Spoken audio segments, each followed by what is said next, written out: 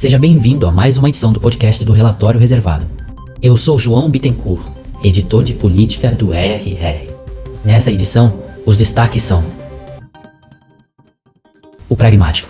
As negociações encaminhadas entre o senador Jacques Wagner e Rodrigo Pacheco sobre a renegociação da dívida dos estados vão dar certo, e tão importante quanto se estender para temas como as desonerações e as emendas PIX. Salvo surpresa, essa é a questão política da semana. Trata-se de reestabelecer os canais de comunicação e consenso entre um governo que se sabe minoritário em ambas as casas e um Congresso que ainda precisa definir sua agenda para o segundo semestre. Isso tudo em meio a eleições municipais e com regulamentação mais a nova fase da reforma tributária em jogo.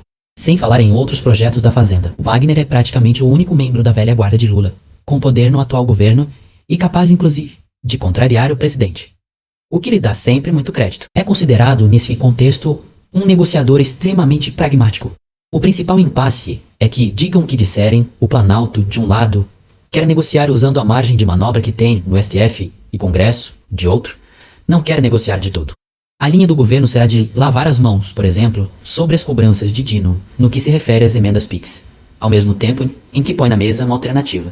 A mesma estratégia usada até agora com Rodrigo Pacheco em relação às desonerações, mas ainda sem sucesso. Entre as variáveis desse processo ao longo da semana, uma estará dentro e outra estará fora do parlamento. 1.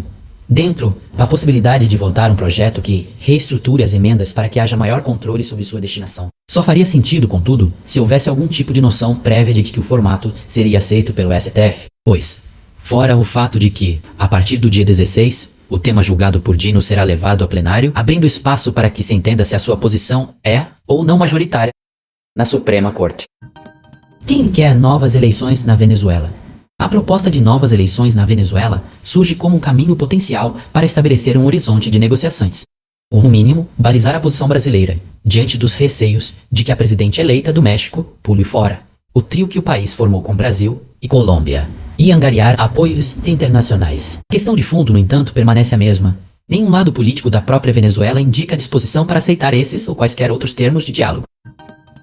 PIB, inflação e Estados Unidos. Após o forte crescimento do setor de serviços brasileiro em junho, de 1,7%, anunciado nesta terça, destaque na quarta para a pesquisa mensal do comércio, do IBGE, para o mesmo mês. Está em jogo uma tendência dupla nas projeções para 2024.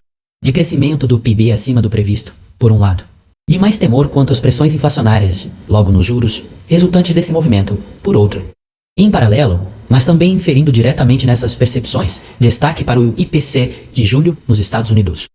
Completa um dia agitado em termos de indicadores o PIB do Japão no segundo trimestre, lembrando que a tendência de alta nos juros do país esteve no epicentro do abalo recente nos mercados globais. As vendas no varejo da China em julho, o IPC do Reino Unido para o mesmo mês. A segunda parcial do PIB da zona do euro no segundo trimestre.